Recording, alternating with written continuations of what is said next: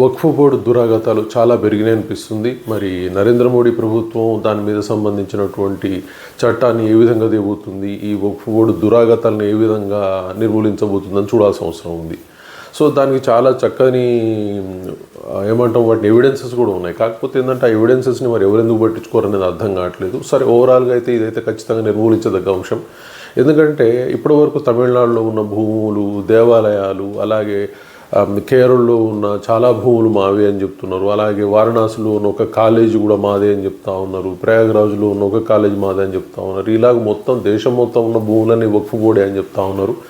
అది దానికి అసలు వాళ్ళకి సంబంధించింది కాదే కాదు, ఇదంతా హిందువులకు సంబంధించింది అనేది పూర్తి స్థాయిలో ఎవిడెన్సెస్ ఉన్నా సరే మరి ప్రభుత్వాలు మీనమేషాలు లెక్క పెడతా ఉన్నాయి. సో ఓవరాల్గా చూస్తే ఇప్పుడు కొత్త సమస్య క్రియేట్ చేశారు. ఏమని చెప్తా ఉన్నారంటే ముస్లింలందరూ కూడా చాలా విశాల హృదయంతో వాళ్ళ వక్ఫ్ బోర్డుకు సంబంధించిన భూమినే కుంభమేళా జరుపుకోవడానికి పర్మిషన్ ఇచ్చారు. సో వీళ్ళతో దయ చూపినందువల్ల మీరు అక్కడ కుంభమేళా జరుపుకుంటున్నారు. ఎందుకంటే ఆ కుంభమేళాకున్న భూమి మొత్తం అంటే 34 ఎకరాల భూమి కూడా ఈ వక్ఫ్ బోర్డుకు సంబంధించిందే. సో మీరు మమ్మల్ని రావద్దని చెప్పడం అనేది సరైన విధానం కాదు.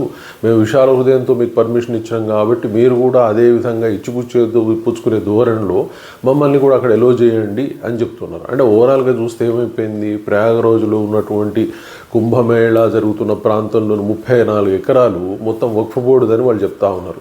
సో ఓవరాల్గా ఇప్పుడు మరి యోగి ఆదిత్యనాథ్ ఏ విధంగా ప్రతిస్పందిస్తారు చూడాల్సిన అవసరం ఉంది. ఎందుకంటే ఇది మరీ దారుణంగా కనిపిస్తూ ఉంది.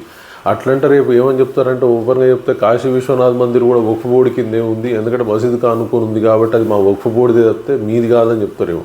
సో ఓవరాల్గా చూస్తే భారతదేశం మొత్తం కూడా వక్ఫ్ బోర్డు కిందకే ఉంది అని చెప్తారు తప్పితే మరొకటి కాదని అనిపిస్తూ ఉంది. ఇది చాలా వింత విడ్డూరమైన విషయం. సరే, నరేంద్ర మోడీ స్లోగా మూవ్ అవుతున్నావు, మరి యోగి ఆదిత్యనాథ్ స్లోగా మూవ్ అవుతాడని అనుకోలేము. ఏం జరుగుతుందో వేచి చూడాల్సిన అవసరం ఉంది. Thank you much.